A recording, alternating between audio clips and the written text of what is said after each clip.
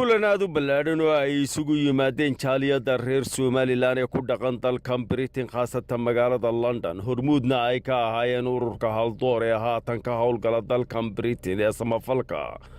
ayaa waxaa nuxurka iyo ujeedada kulanku ahaa in halkaasi lagu soo dhoweeyo dhalinyaro ka tirsan xoogga dalka jamhuuriyadda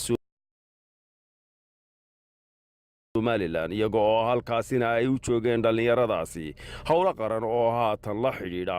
arrimaha ay hadba mas'uuliyadoodu tahay iyadoo halkaasi dhammaanba dadkii ka hadlay ay gubaabo iyo tusaale u soo jeediyeen dhalinyarada ayaa hadalladoodii waxaa ka mid ahaa dadkii halkaasi ka hadlay sida runtii labada dhalinyarada ee caawa halkan soo fadhiya nasiibka u yeeshay in ay jaaliyadii reer Somaliland ee UK ay ku soo dhaweyso dalkan Britain waxaan aad ugu faraxsanahay laba sarkaal ee maanta intay soo baxeen wax bartay ee dalkoodii ku laabanaya si dalkoodii u anfacaan waxa laga yaabaa dhammaantiin dad badan oo halkan jooga inay u soo baxeen dalkoodii dib inuu anfacaan laakiin aan wali laaban liban labadeena kabtan waxaan leeyahay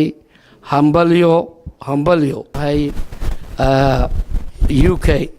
jaaliyadii iyo shacbi weynihii oo isku duuban dhamaantay waa Maxamed Cabdilaahi Cusmaan iyo Xuseen Haybe Dhimbil habane sooreebad waxaan leeyahay ku soo dhawaada xilkaad u timaadeen iyo sharaftaad laydinku soo dhaweeyayna insha Allah dadkani waxay idinka yimaadeen meel fog xaflado badan oo soo joogay iyo caawa aragtidan xafladan ku arkaa waxa iga farq weyn baa iga dhaxeeya farqaas oo ah waxaan caawa ku arkaa xafladan iyo dadkan wajiyadoodu ay kala gedisan yihiin shucuur aad u weyn oo qararaysa marka aad baan ugu faraxsanahay inaan runtii xafladan idin kala soo qayb galo aad iyo aadna waan idinku soo dhaweynaya wadankan waana si ducaynana ilaahay idinku nabad celiyo wadankii waan ku faraxsanahay xafladan aan ka soo qayb galay waanan insha Allah idinku ducaynaa siday walaasheen Europe tidhi laakiin waxa halkan ka barateen waa in hirgelisaan waayo wadankeeni idinku u baahan waxaan u joognaa waa saraakiisha aan soo dhaweynayno kabtan Xuseen iyo kabtan Maxamed oo halkan ku soo dhaweynayno horaan isku aragnay aad iyo aad baan soo dhaweynaynaa runta aad iyo aad waxa lagu soo celinayay oo halkan aqoon u yimid aqoon kororsi u yimid oo ku mahadsantahay dalkoodna ku noqonayaan dhalinyaradani laba wadan bay wadanka joogaan Somaliland baa soo ruuxantii kooraskaasu kooras aad u qiimo badan buu ahaa ruuxantii waxyaabihii cajiibka ahaa markii kooraskan ku guda jirnay waxa kamid ahaa maalin habeen la isku yimid international student meeting waxa isku yimaada ardayda kooraska wada qaadata ee wadamada kale ka yimid ruuxantii aniga iyo saaxiibkay Xuseen Habana Dhimbil halka wax weyn ayaanu insha Allah aanu ka sameeynay waxa dhacday in la isweydiinay xagee